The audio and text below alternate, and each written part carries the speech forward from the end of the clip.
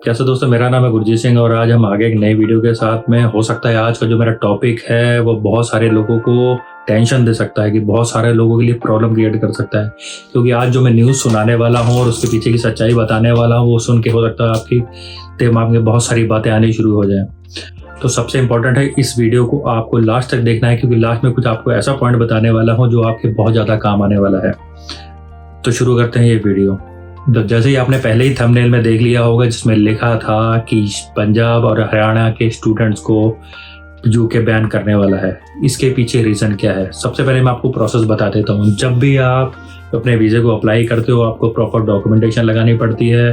पूरी डॉक्यूमेंटेशन को लगाने के बाद में आपको पूरे यूकेवीआई के जो रूल्स होते हैं उसको फॉलो अप करना पड़ता है। यूनिवर्सिटीज़ की रिक्वायरमेंट होती है उनको फुलफिल करना पड़ता है। जब उनकी सारी रिक्वायरमेंट्स को आप फुलफिल करते हो तो यूनिवर्सिटी ये मान के चलती है कि जिस बच्चों को मैंने वीज़ा दिया है वो बच्चा यहाँ पर आके प्रॉपर तरीके से पढ़ाई करेगा और उसके बाद यहाँ पर आके जॉब लेगा।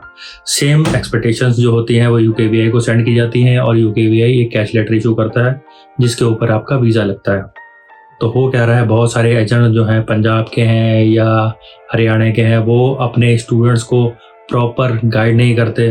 वो उनको प्रॉपर तरीके से बताते नहीं है कि आपको एजुकेशन क्या है, आपके एजुकेशन का सिस्टम क्या है, आपको वहाँ जाके पढ़ाई क्या करनी है, आपके मॉड्यूल्स क्या हैं, आपका प्रोसीजर क्या रहेगा।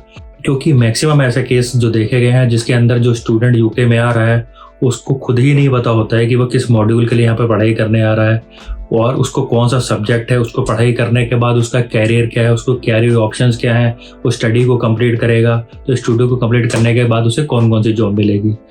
तो जब भी वो अपना प्रोसेस स्टार्ट करता है जो स्टडी वीज़े का, जिस यूनिवर्सिटी में उसको पढ़ाई करनी है, तो उसको शुरू से ही वो ब्लैंक होता है। इवन ये भी नहीं पता होता कि जो आपका एजेंट है वो कौन कौन से डॉक्यूमेंट लगा रहा है, वो कौन कौन से प्रोसीजर फॉलो कर रहा है, यूनिवर्सिटीज़ की क्या क्या रिक्वायरमेंट है और उसकी रिक्वायरमेंट को फुलफिल करने के बाद में आपका वीज़ा लगा है। तो कई बार इसमें ऐसा होता है कि जब वो स्टूडेंट से पूछा जाता है तो स्टूडेंट बिल्कुल ब्लैंक होता है, उसको कुछ नहीं पता होता है। उसको होने के बाद में वो यहाँ पर आ जाता है, थोड़े दिन पढ़ाई करता है। किसी ने 6 महीने की फीस भरी होती है और किसी ने 2 महीने की फीस भरी होती है, कोई 1 साल की फीस भर के आ जाता है। इतना प्रोसेस कंप्लीट होने के बाद में फाइनली जो स्टूडेंट है वो यूके आ जाता है। तो बहुत सारे ऐसे केसेस देखे गए हैं कि स्टूडेंट अपनी पढ़ाई को कंप्लीट नहीं करते, क्योंकि वो कई बार कंफ्यूज हो जाता है कि जो वो पढ़ाई कर रहा है वो उसे रिलेवेंट है कि नहीं है। उसको मॉड्यूल्स के बारे में नहीं पता हो, तो ये नहीं पता होता है कि अपनी असाइनमेंट्स को कैसे जमा कराना है। क्योंकि जिस चीज़ को उसको बारे में पता नहीं होता, एकदम से उसको वो चीज़ देखने को मिलती है, उसके बाद में वो डर जाता है या उसके कुछ और भी सर्कमस्टांसेस होते हैं तो वो पढ़ाई छोड़ देता है। जब वो पढ़ाई छोड़ता है तो बहुत सारे लेवल पे बच्चे जो है ना वो इलीगल हो जाते हैं। तो जिस यूनिवर्सिटीज़ के बच्चे इलीगल होते हैं, जो पढ़ाई छोड़ देते हैं, अपनी फीसेस नहीं जमा करवाते हैं, क्योंकि सपोज उनको 3 साल का वीज़ा मिला हुआ है और वो उन्होंने 6 महीने पढ़ाई करके छोड़ दी, किसी ने 1 साल पढ़ाई करके छोड़ दी और वो दोबारा अपना इंडिया वापस नहीं गए। जब वो इंडिया पे वापस नहीं जाते हैं, उनका यूनिवर्सिटी क्या करती है, उनके वीज़े को कैंसिल कर देती है और हर यूनिवर्सिटी को यूकेवीआई को अपनी एक रिपोर्ट भेजनी पड़ती है 6 महीने के बाद में कि हमारे कितने स्टूडेंट यहाँ पर प्रॉपर क्लासेस ले रहे हैं, क्लासेस अटेंड कर रहे हैं और फीस सबमिट करा रहे हैं और कितनों को डिग्री मिली। सपोज एक यूनिवर्सिटी ने जनवरी 22 की बात करता हूँ मैं, सपोज जनवरी 22 में उसने 100 बच्चों को वीज़ा दिया जो यूके में आ गए।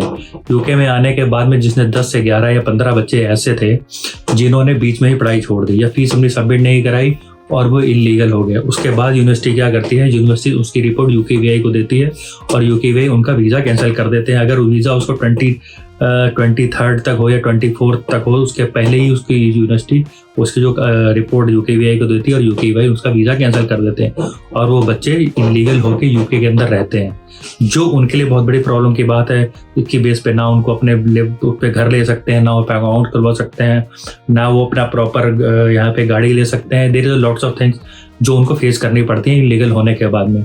लेकिन इसके बाद सबसे बड़ा जो इशू, इसके बाद में सबसे बड़ा प्रॉब्लम जो क्रिएट होता है वो यूनिवर्सिटीज़ के बाद में होता है, क्योंकि यूनिवर्सिटी अपने स्पॉन्सर और अपने बेस के ऊपर उन बच्चों को यहाँ पर बुलाती है, क्योंकि उनकी सारी जिम्मेदारी होती है। जिस बच्चों को उन्होंने स्पॉन्सर किया है वो बच्चा उन्हीं के बेस के ऊपर यहाँ पर आया है और जब वो अपने यूकेवीआई को रिपोर्ट करती है तो उनकी इमेज भी खराब होती है।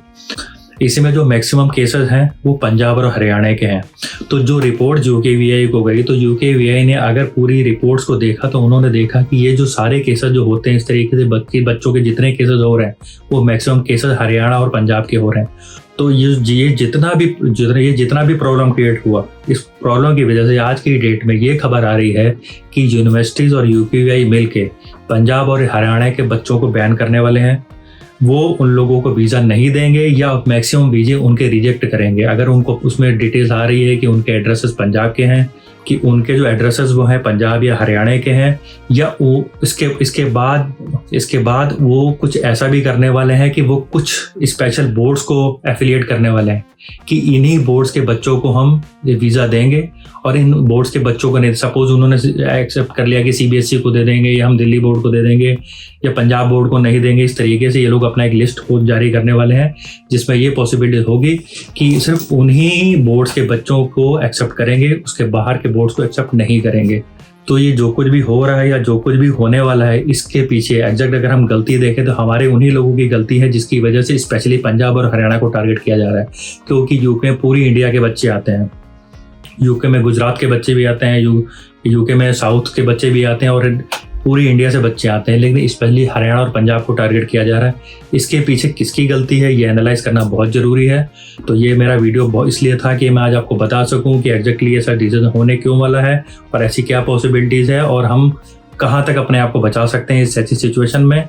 तो जब भी आप वीज़ा अप्लाई करें तो बहुत सारी चीज़ों को ध्यान में रखना है, ये तो बहुत ज़रूरी ध्यान में रखना है। तो इस सारी बातों के ऊपर आपका क्या ख्याल है मुझे कमेंट बॉक्स में ज़रूर डालिएगा। क्या स्पेशली हरियाणा और पंजाब के बच्चों को बैन करना चाहिए कि नहीं करना चाहिए, तो इसमें आप क्या सोचते हो। ठीक है दोस्तों, मिलते हैं नेक्स्ट वीडियो में। लाइक शेयर कमेंट करना मत भूलिएगा और मुझे आपके कमेंट्स का वेट रहेगा। Thank you.